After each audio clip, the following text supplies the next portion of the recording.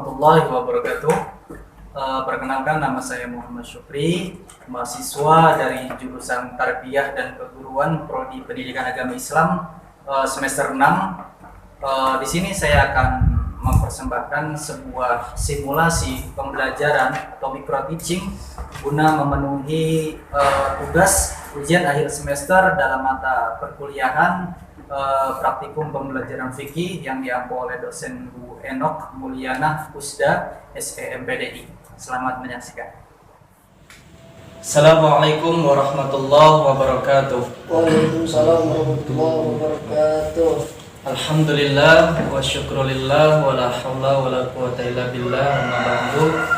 Puji syukur alhamdulillah kita semua masih diberikan kesempatan oleh Allah Subhanahu wa taala dalam menuntut ilmu masih bisa dipertemukan dalam keadaan sehat walafiat.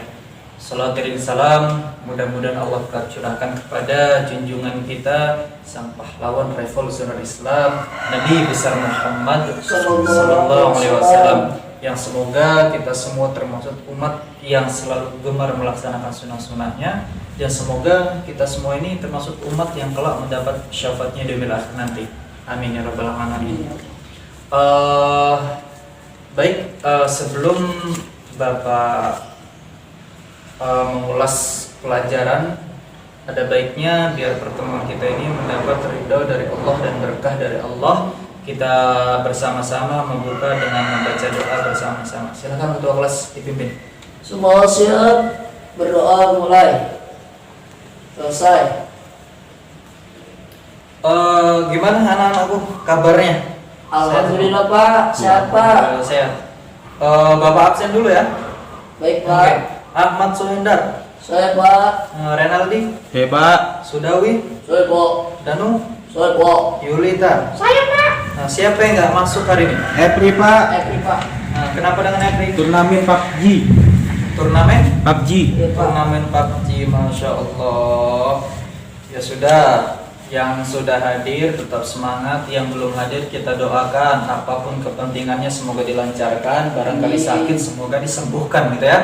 Yang sudah hadir tetap semangat, karena menuntut ilmu itu jika tidak dibarengi dengan tekad dan semangat yang kuat, maka hasil yang kita dapatkan tidak sesuai dengan apa yang kita harapkan. Tapi ketika kita belajar dengan semangat, dengan motivasi, dengan jiwa yang mendukung, itu insya Allah hasil yang akan kita dapatkan juga akan sesuai dengan apa yang sudah kita usahakan gitu.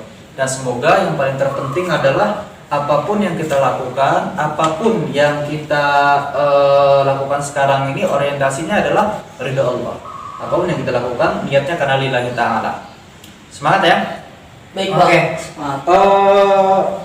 Ada beberapa materi yang akan Bapak sampaikan ya, dan materi yang akan Bapak sampaikan itu mengenai kurban dan akikah. Tapi sebelum Bapak menjelaskan lebih detail lagi apa itu kurban dan akikah, bagaimana hukumnya, bagaimana tata caranya yang sesuai dengan syariat, Bapak akan sedikit mengulas tentang pelajaran minggu lalu ya. Masih ingat pelajaran minggu lalu kita mempelajari tentang apa? Munakahat. Oh, munakahat ya. Oke. Untuk mengetes kalian juga ya, nih pelajaran kemarin ini kira-kira sampai nggak gitu ke kalian gitu ya.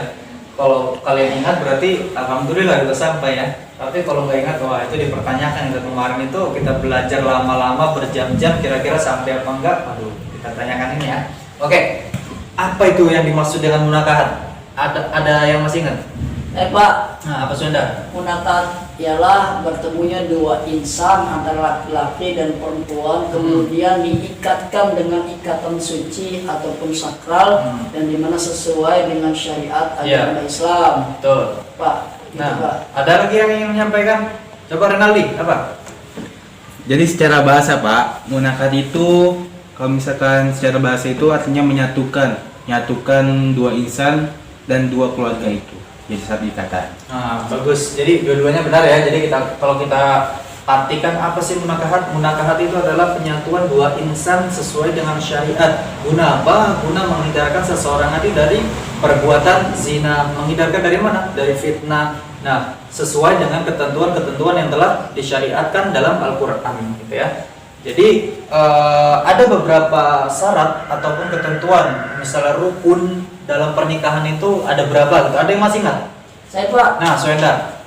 rukunnya adanya kedua mempelai, Iya. adanya saksi, Iya. adanya wali, Hmm. adanya ijab dan kabul Pak. Iya, Kalau bagus. syaratnya Islam, balik, Iya. berkehendak sendiri, bukan muhrim dan tidak sedang berhaji ataupun umrah Pak.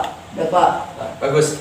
Jadi benar kata Soenda tadi, sesuai dengan syariat dan ketentuan. Ada beberapa rukun dan syarat. Salah satu rukunnya ada beberapa tadi, ada 4 ya. Ya, Yang Pak. pertama itu adanya calon mempelai laki-laki dan perempuan, yang kedua adanya wali, yang ketiga itu adanya 2 orang saksi, dan yang keempat adalah adanya ijab dan kabul gitu.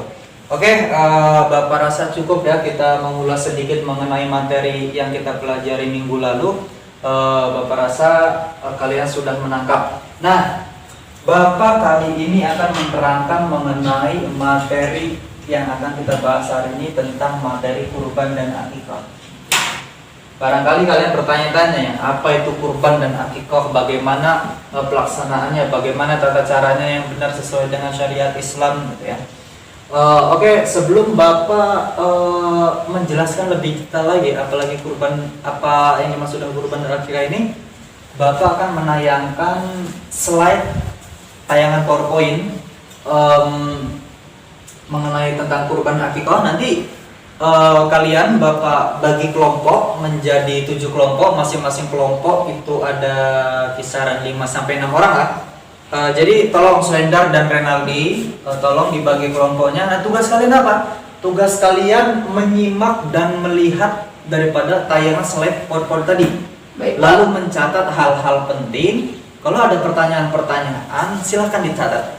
Nah, ketika sudah dicatat, sudah selesai, nanti Bapak akan jelaskan apa yang dimaksud tayangan-tayangan yang ada di slide PowerPoint tadi. Nanti Bapak akan jelaskan secara detail. Nah, kertas kalian dikumpul nanti.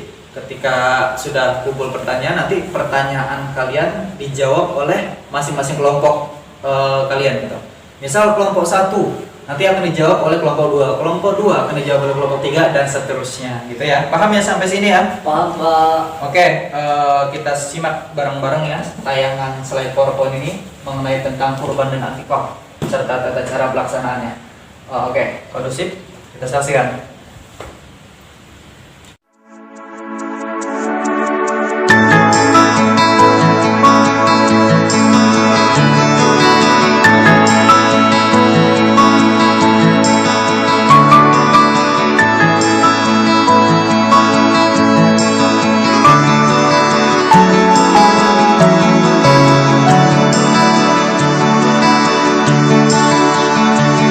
Alangkah indah orang bersedekah, dekat dengan Allah, dekat dengan surga. Takkan berkurang harta yang sedekah, akan bertambah, akan bertambah. Allah Maha Kaya yang Maha Pemurah, yang akan mengganti dan membalasnya. Allah Maha Kuasa yang Maha Perkasa, semoga akan membalas surga. Oh, indahnya saling berbagi, saling memberi karena Allah.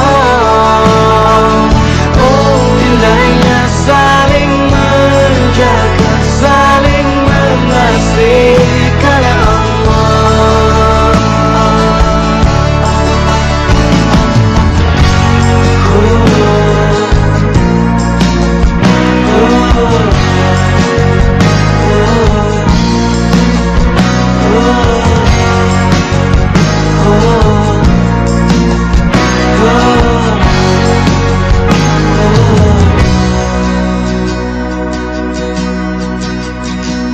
Alangkah indah orang bersedekah, dekat dengan Allah, dekat dengan surga. Takkan berkurang harta yang sedekah akan bertambah, akan bertambah. Oh indahnya saling berbagi, saling memberi karena Allah. Oh indahnya saling menjaga, saling mengasihi karena Allah. Allah Maha Kaya yang Maha Pemurah, yang akan mengganti dan membalasnya. Allah Maha Kuasa yang Maha Perkasa, semua akan membalas surga. Oh indahnya saling berbagi, saling memberi karena Allah. Oh indahnya saling menjaga, saling mengasihi karena Allah. Oh indahnya saling berbagi, saling memberi karena Allah. Oh indahnya saling menjaga, saling mengasihi karena Allah.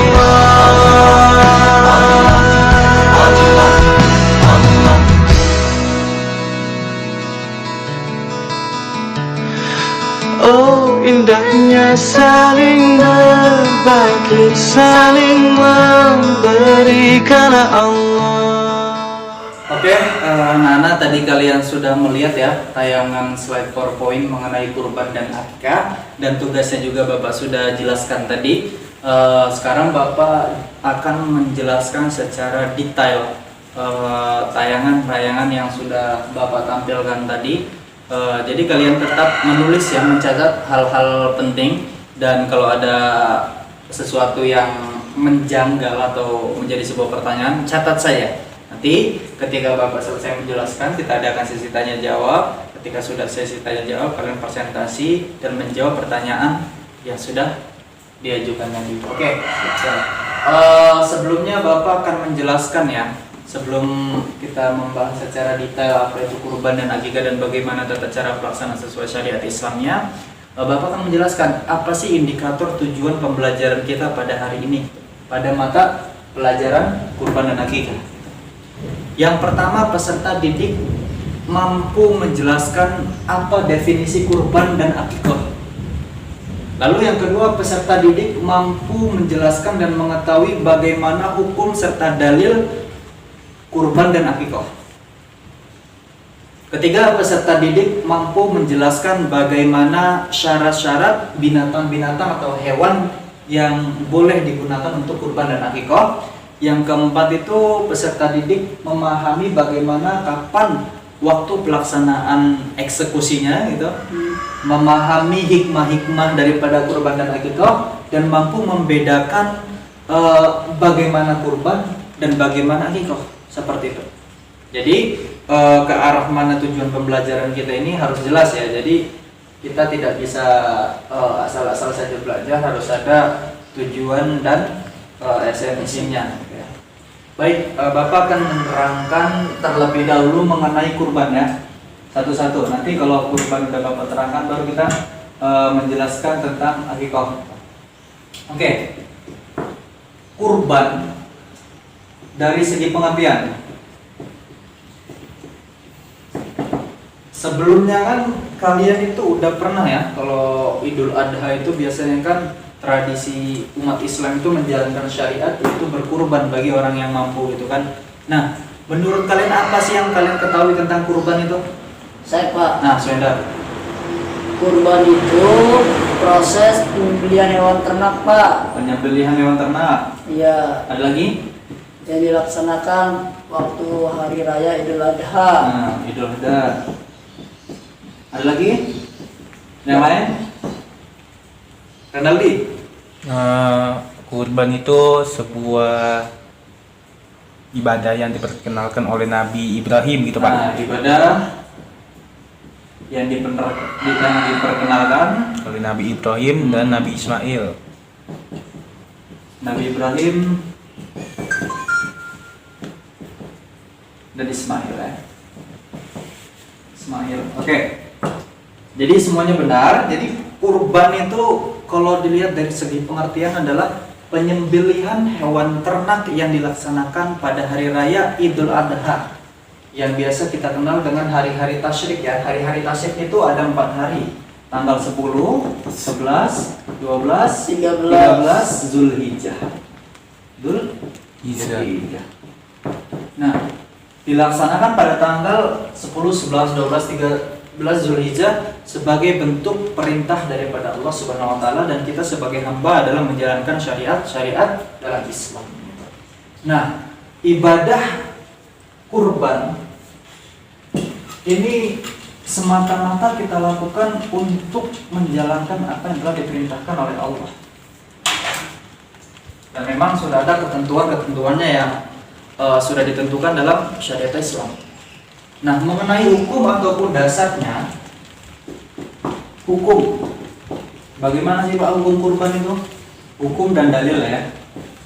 Ya. Hukum dan dalil mengenai kurban. Hukumnya sunnah muakkad. Sunnah muakkad bagi yang mampu. Bagi yang mampu. Nah Pak, kalau belum mampu gimana Pak? Tidak diperkenankan, tidak apa-apa. Dalilnya mana Pak? Kalian baca dalam surah Al-Kautsar. Surat Al-Kautsar. Ayat 2. Nah, di situ diterangkan, Inna a'tainakal kautsar fasholli lirabbika wanhar inna syani'aka huwal abtar. Fasholli lirabbika wanhar.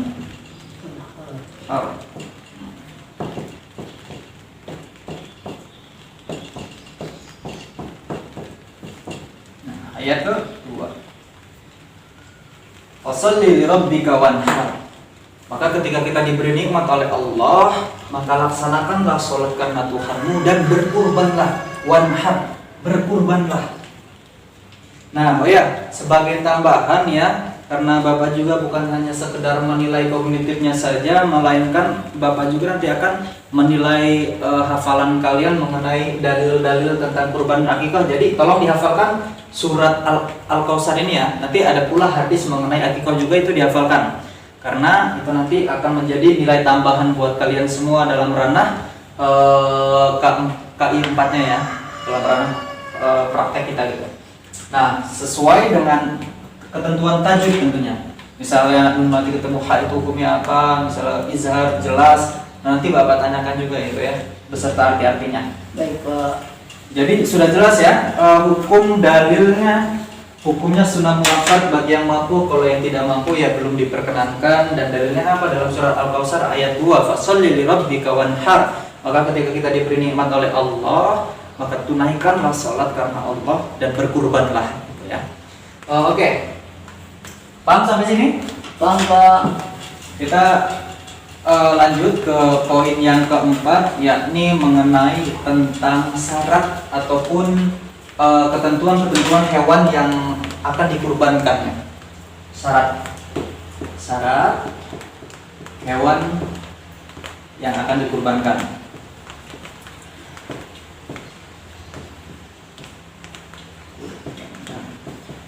Oke. Yang pertama, hewan apa saja yang bisa dikurbankan? Hewannya ya. Yang pertama itu sapi. Terus kambing, Kerbau. nah ya kerbau, ada lagi? Unta.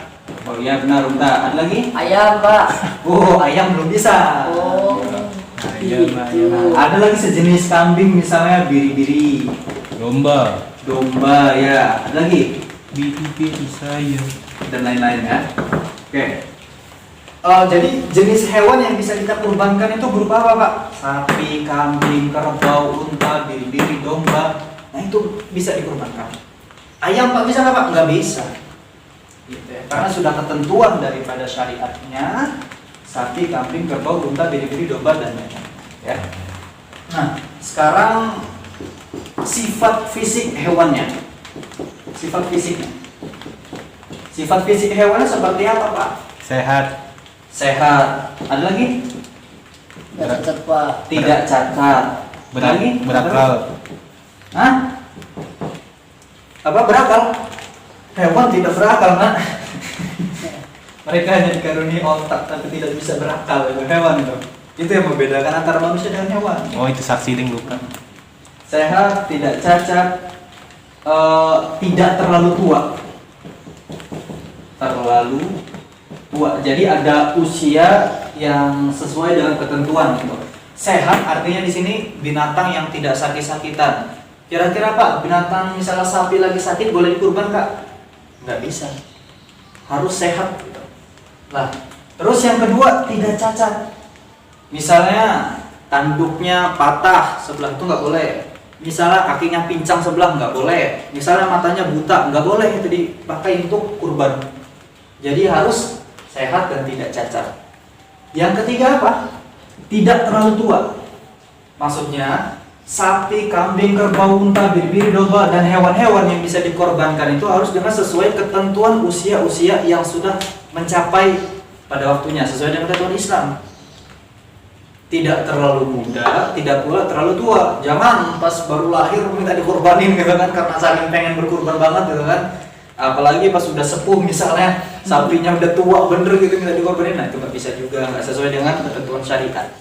Nah yang ketiga usia hewan kurban, usia hewannya. Nah baru kita bahas tadi ya, tidak terlalu tua. Nah untuk usia hewan di sini ada sapi ini bersekitar 2 tahun, kambing 2 tahun, kerbau 2 tahun. 2 tahun, unta ini 5 tahun. Ini biri-biri dan domba ini ada yang mengatakan riwayat lain mengatakan 2 tahun, ada pula yang 1 tahun. Itu sudah boleh. Melihat ukuran juga. Jadi sesuai ketentuan, nggak bisa kita sembarang-sembarang baru lahir udah mau dikurbanin apa yang bisa dimakan. Apalagi yang tua sakit-sakitan, nah itu nggak bisa. Jadi syarat-syarat hewan yang akan dikorbankan itu harus memenuhi kriteria daripada fikihnya, gitu ya. Fikihnya apa? Hewannya tercantum, sifat fisiknya sehat, tidak cacat, tidak terlalu tua, usia hewannya sesuai dengan aturan syariatnya. Sampai sini Pak? Paham, Pak? Kalau paham, kita akan lanjut ke poin selanjutnya, yakni waktu pelaksanaan daripada kurban. Waktu pelaksanaan daripada Kurban. Nah, ini juga yang membedakan salah satu daripada kurban akikahnya gitu. Waktu pelaksanaan kurban dan akikah itu yang berbeda. Kalau waktu pelaksanaan kurban itu di hari Idul Adha. hari raya Idul Adha. Idul Adha. Atau pada hari-hari tasyrik gitu. Tanggal berapa aja? 10, 11, 12, 13 Zulhijjah. Nah, berakhirnya kapan, Pak? Tanggal 13 Zulhijjah ketika matahari terbenam. Gitu. Jadi dimulai dari tanggal 10 sampai tanggal 13 Zulhijjah. Itu waktu pelaksanaan daripada eksekusi kurban, gitu ya. Sampai sini, Pak? Paham, Pak? Ya, paham. Oke. Sekarang menuju ke poin selanjutnya, poin kelima ya. Tadi poin keempat ya, dari waktu pelaksanaan tadi. Nah, poin kelima ini pembagian daripada daging kurban. Pembagian daging kurban. Nah, pembagian daging kurban ini ada 2 hukumnya. Tergantung daripada kurbannya tadi. Kurbannya tadi kan terbagi menjadi sunnah atau yang kedua nazar. Nazar, Pak. Kalau dia sunnah, ini terbagi menjadi 3 tata cara pembagian daging kurbannya yang hasil daripada berkurban tadi. Nah, yang pertama, daging kurban itu dikasih ataupun yang mendapat bagian orang yang berkurban dan keluarganya juga boleh mengambil daripada daging kurbannya. Yang berkurban dan keluarganya. Nah, yang kedua, Kemanakan lagi daging kurban yang dialokasikan, didistribusikannya? Ke fakir miskin atau orang yang membutuhkan. Yang ketiga, kemana lagi Pak? Daging kurban itu boleh disimpan ataupun dikeringkan. Dalam artian itu diawetkan, barangkali dalam momen-momen tertentu ingin kita sedekahkan itu kepada orang-orang yang membutuhkannya, itu disimpan untuk disedekahkan. Sedekah. Nah inilah kalau kurbannya yang dilakukan tadi sunnah, ketiga hal ini merupakan pembagian daripada daging-daging kurban tadi. Nah bagaimana kalau kurban tadi sifatnya nazar? Misalnya seseorang bernazar tahun ini dia pengen kurban, jadi wajib dilakukan kurban itu. Dan dalam pembagian kurbannya itu semua daging kurbannya dialokasikan untuk fakir miskin atau orang-orang yang membutuhkan gitu. Jadi dia tidak berhak mengambil daging daripada hewan yang ia kurbankan ataupun dia ingin mengawetkan untuk suatu saat sedekah, kan nggak bisa. Jadi semuanya daging yang dia kurbankan dialokasikan atau diberikan kepada fakir, miskin ataupun orang-orang yang membutuhkan seperti itu. Jadi paham ya bedanya antara kurban sunnah dengan kurban yang nazar. Paham sampai sini? Paham Pak. Nah, jadi harus kita alokasikan dengan benar-benar dan memang sesuai dengan ketentuan dan syariat gitu. Jangan sampai kita bagikan dengan orang-orang yang tidak butuh tapi kita bagikan, sedangkan orang yang butuh tidak kita kasih gitu. Oke. Sampai sini Bang? Paham Pak. Nah, sekarang kita menuju poin yang terakhir, yaitu poin ke-6 mengenai hikmah. Hikmah tentang kurban, hikmah berkurban. Apa sih hikmah yang bisa kita dapatkan dari amalan yang satu ini? Yang pertama, mendekatkan diri kepada Allah. Mendekatkan diri. Apapun yang kita lakukan, amalan apapun yang kita berbuat, itu esensinya, orientasinya itu kita tertuju kepada Allah. Lillahi ta'ala. Tidak ada sesuatu amalan yang kita persembahkan untuk makhluk lain ataupun sesuatu yang lain daripada Allah. Yang kedua apa? Sebagai bentuk rasa syukur. Bersyukur atas nikmat Allah. Atas nikmat Allah. Nikmat Allah baik berupa harta, baik berupa kesempatan, baik berupa segala-gala yang telah Allah berikan. Ketika seseorang diberi harta yang begitu cukup ataupun dilebihkan oleh Allah, maka silakan berkurban. Sunnah muakkad bagi yang mampu. Kalau tidak mampu ya tidak masalah, tidak berkurban. Yang selanjutnya apa? Mengenang momen-momen mengenang peristiwa bersejarah gitu ya bahasanya ya. Peristiwa bersejarah Nabi Ibrahim Dan Nabi Ismail. dan Ismail alaihissalam. Masih ingat peristiwa ini ya? Apa peristiwa wahyu Nabi Ibrahim yang mendapat perintah oleh Allah untuk menyembelih anaknya Nabi Ismail? Apa ketika itu Nabi Ibrahim berekspresi terhadap wahyu dari Allah? Tidak sedikit pun menolak, tidak ada sedikit pun keraguan. Ketika Nabi Ibrahim mendapat wahyu untuk menyembelih anaknya, Nabi Ibrahim taat. Dan bagaimana sikap Nabi Ismail? Menerima, ikhlas. Jadi alangkah Masya Allahnya, luar biasanya gitu ya Nabi Ibrahim dan Nabi Ismail yang memang ketika mendapat wahyu yang hal itu sangat sangat tidak menguntungkan gitu, harus kehilangan seorang Ismail itu kan, disembelih itu ibarat katanya. Tapi dengan Allah apa diberi balasan oleh Allah, saking taatnya Nabi Ibrahim dan Nabi Ismail tadi, digantikan Ismail tadi dengan seekor hewan kurban. Maka tidak jadi Nabi Ismail disembelih. Itulah peristiwa yang menurut saya sangat bersejarah. Yang selanjutnya apa hikmah yang bisa kita dapat? Berbagi. Nah, kurban ini juga bisa melatih kita dalam keadaan menumbuhkan sikap sosial kita terhadap sesama. Ingat, esensi dari kehidupan kita adalah bermanfaat, bukan hanya untuk sendiri melainkan untuk orang lain, orang sekitar, lingkungan sekitar. Khairun nas anfa'uhum linnas, sebaik-baik manusia ialah orang yang bermanfaat bagi manusia yang lain. Jadi kurban ini juga bisa melatih kita untuk bersosial, menanamkan jiwa peduli kepada sesama, ya. Banyak hikmah-hikmah berkurban yang sebenarnya bisa kita jadikan sebuah catatan ataupun tauladan kita di antara keempat hikmah tadi. Nah, sampai sini paham?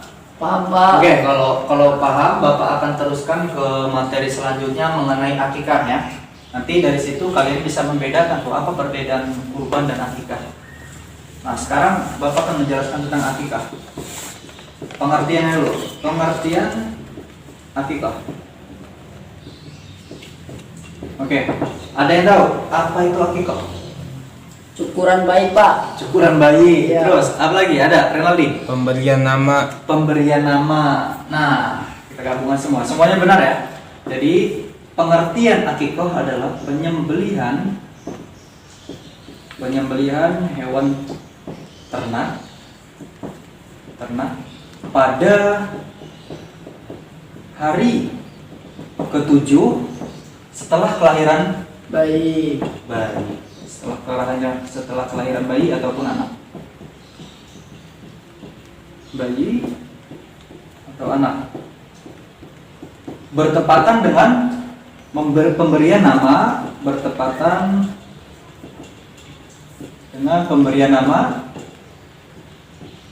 nama si anak, dan bertepatan pula dengan saat mencukur rambutnya. Saat mencukur rambut.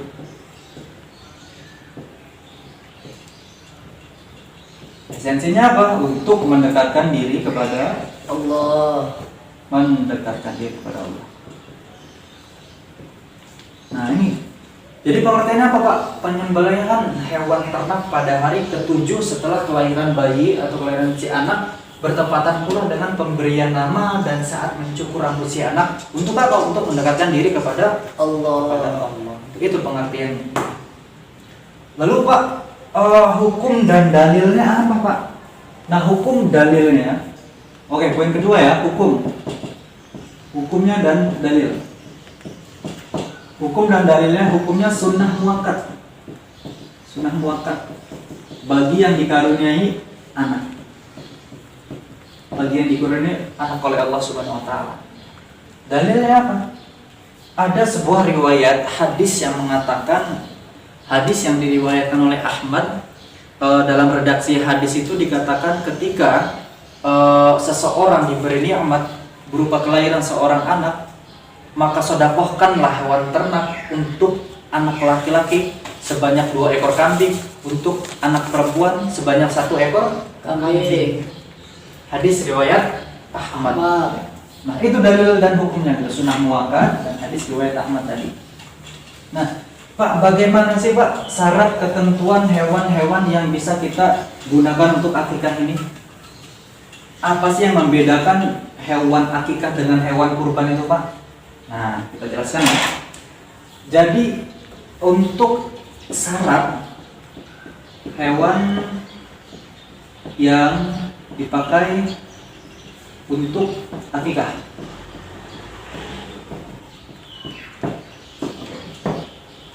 yang pertama hewan yang digunakan adalah sejenis kambing. Sejenis kambing. Apa selain kambing? Domba. Misalnya domba. Apa lagi? Biri-biri. Apa lagi? Pokoknya yang sejenis kambing. Ketentuannya seperti apa Pak? Kalau untuk yang laki-laki itu 2 kambing, 2 ekor kambing. Dan untuk yang perempuan 1 ekor Kambing. 1 ekor kambing.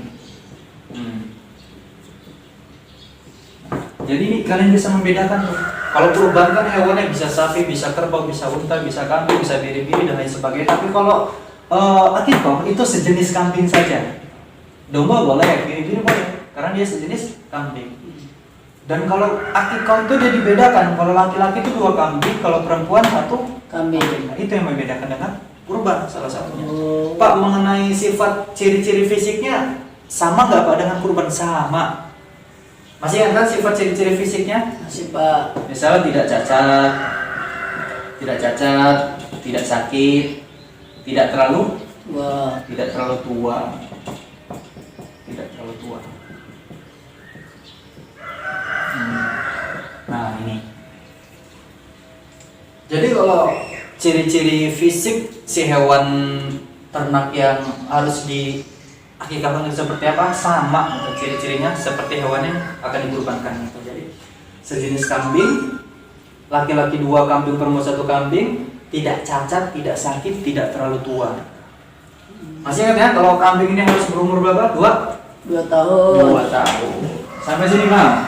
Paham Pak. Oke. Jangan lupa dicatat karena memang ini nanti kalian presentasikan lagi nih. Jadi kalau ada pertanyaan-pertanyaan dituliskan saja, nanti tunjukkan ke Bapak, nanti biar teman kalian menjawab. Jadi kalau ada yang kurang pas nanti Bapak tambahkan, oke? Selanjutnya dari poin syarat-syarat kita menuju poin waktu pelaksanaan. Waktu pelaksanaan akikah. Nah, ini juga salah satu yang membedakan antara kurban dan akikah. Kalau kurban itu berlangsung pada hari tasyrik ataupun hari raya Idul Adha 10, 11, 12, 13 Zulhijjah.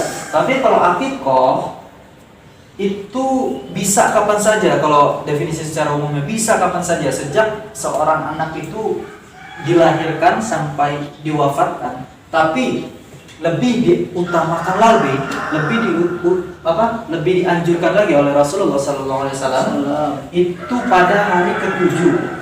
Hari ke-7 setelah kelahiran si anak gitu. Baik. Gak bisa lagi pada hari ke-7, hari ke-14. 14. Gak bisa lagi hari ke-14, hari ke-21.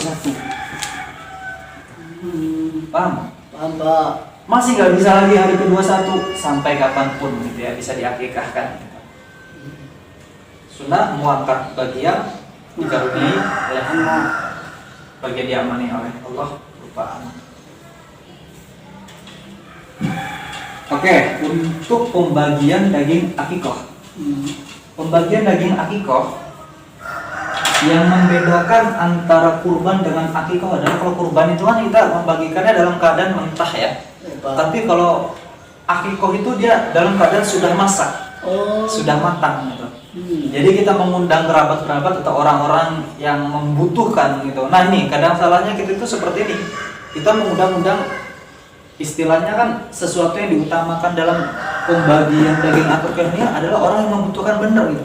Orang yang benar-benar membutuhkan. Jadi undang orang-orang yang benar membutuhkan. Jadi makanan yang kita olah dari akikah tadi kita berikan kepada orang-orang yang membutuhkan tadi. Gitu ya. Jadi kalau hewan kurban itu mentahnya, kalau hewan akikah itu matangnya gitu yang sudah masak di situ ya. Paham ya? Paham Pak. Nah, yang terakhir, hikmah daripada kita berakikah. Hikmah. Mungkin sedikit mirip-mirip ya daripada hikmah kita berkurban. Yang pertama, mendekatkan diri kita kepada Allah Subhanahu wa taala. Diri. Ingat apapun yang kita lakukan itu orientasinya atas dasar perintah Allah dan hanya kepada Allah. Yang kedua apa? Bersyukur ya. Bersyukur atas nikmat yang Allah beri berupa diamanahkannya kita seorang jabang bayi, seorang anak gitu. Ya, anak ini adalah sebuah amanah. Barangkali ketika kita membacanya dan menjaganya dengan baik, maka nikmat-nikmat itu akan berdatangan pula kepada kita.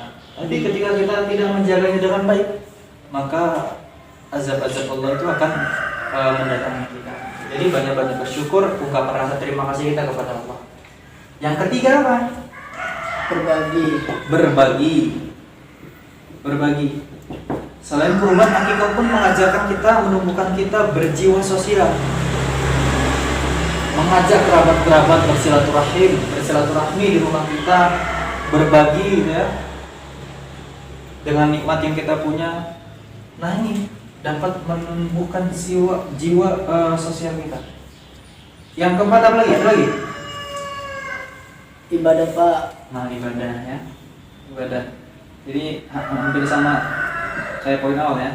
Jadi selain 4 poin ini banyak banget ya poin-poin ataupun hikmah-hikmah yang bisa kita petik daripada amalan kurban dan akikah ini. Yang memang semoga kita semua ini bisa paham. Selain paham kita juga bisa mempraktekkan dalam kehidupan sehari-hari. Jangan kita melaksanakan kurban dan akikah ini tanpa ada ketentuan ilmu, apalagi asal-asalan. Kan semua itu, semua amalan itu pasti ada ketentuan dan syariat yang sudah ditentukan dalam Islam. Pasti. Sampai sini paham ya semua ya? Paham Pak. Kalau dari mulai Bapak jelaskan tadi dari kurban terus akikah, dari situ kan kalian bisa membedakan tuh dari segi pengertian perbedaannya apa, dari segi dasar hukum dalil perbedaannya apa, dari segi syarat binatang yang bisa dikurbankan dan diakikahkan itu bedanya seperti apa, waktu pelaksananya seperti apa, dan pembagian daging dari masing-masing amalan ini bagaimana gitu. Dari situ bisa ya membedakannya ya. Bisa Pak. Nah, karena itu menjadi sebuah indikator pencapaian kita. Kalau kalian bisa membedakan antara kurban dan akikah dengan baik dan benar, artinya pembelajaran kita berhasil gitu ya. Jadi tolong dicatat itu. Nah, untuk tugas-tugas dikumpulkan. Tadi kan kalian sudah Bapak instruksikan untuk mencatat dan diskusi kelompok kalian. Dikumpulkan ke Bapak, nanti sesuai kesepakatan kita di awal, pertanyaan-pertanyaan kalian akan dijawab oleh kelompok lain itu. Kelompok 1 dijawab oleh kelompok 2, kelompok 2 dijawab oleh kelompok 3 dan seterusnya. Oke, dikumpul dulu. Pak. Pak sama Oh, yang lain jangan lupa dikumpul. Oke, karena waktunya sudah sore ya, sudah mau asar juga, mungkin materi ataupun penjelasan dari Bapak cukup sampai di sini gitu ya. Nanti kalian besok presentasi sekaligus menjawab pertanyaan yang sudah dicatat oleh teman-teman kalian. Jadi ketika presentasi kalian jelaskan kembali apa yang menjadi sebuah problem ataupun masalah yang disampaikan oleh teman-teman kalian. Nanti ketika kalian terbatas ataupun kurang, nanti Bapak tambahkan gitu ya. Insya Allah Bapak luruskan. Oke, sampai sini ada yang ditanyakan? tidak ada Pak, cukup. Tidak ada. Renaldi cukup? Aman. Aman. Oke, alhamdulillah ya. Baik, anak-anakku semuanya, diharapkan pembelajaran ini dapat dipahami kita bersama sebagaimana tujuan kita di awal tadi. Jangan sampai pembelajaran ini tidak sama sekali tersampaikan oleh kita gitu ya. Karena komunikasi yang baik adalah manakala informasi itu sampai kepada kita. Nah, sebelum Bapak tutup, Bapak ingin merefleksi kalian semua ya. Barangkali kalian lupa atau apa untuk mengingat kembali.